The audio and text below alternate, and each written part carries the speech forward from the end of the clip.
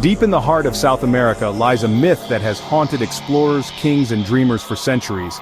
A city paved in gold hidden in the jungle. Its name, El Dorado. But what if the truth behind this legend is far stranger than the myth itself? Let's dive in and find out. The legend begins not with a city, but with a man. High in the Colombian Andes, the Muisca people performed a sacred ritual. Their new chief, covered entirely in gold dust, would sail to the center of Lake Guatavita and throw treasures of gold and emeralds into the water as offerings to the gods. The Spanish conquistadors, hungry for riches, misunderstood this ritual. They called the chief El Hombre Dorado, the Golden Man. But the story soon mutated into something far grander. The word of a golden king, or city, sparked a frenzy. Expeditions poured into the continent. In 1541, Gonzalo Pizarro and Francisco de Orellana, both Spanish explorers and conquistadors in northern South America, territories currently known as Colombia, hacked their way east from Ecuador, searching for the mythical treasure.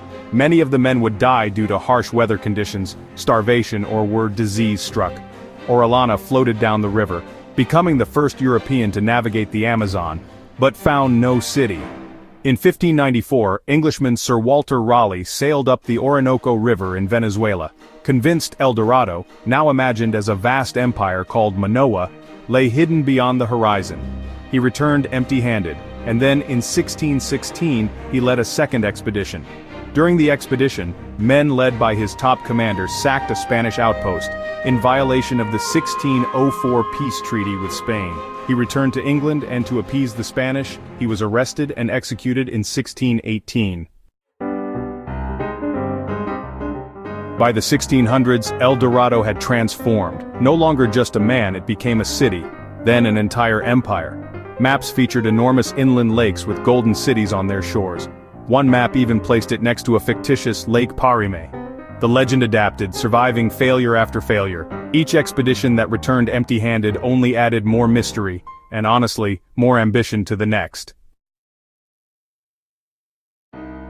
But while conquistadors dreamed of cities of gold, the truth was far more spiritual. Archaeologists discovered gold artifacts at the bottom of Lake Guatavita.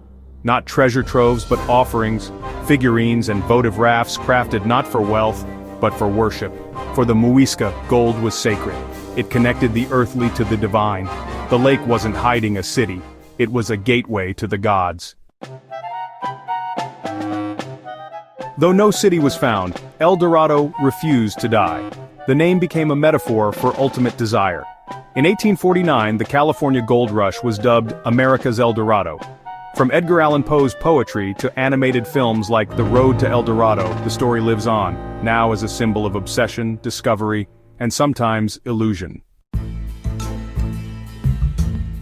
El Dorado was never a city of gold. It was a reflection of greed, wonder, and misunderstanding. A myth born from a golden ritual, twisted by conquest and immortalized by legend, and perhaps, that's the real treasure.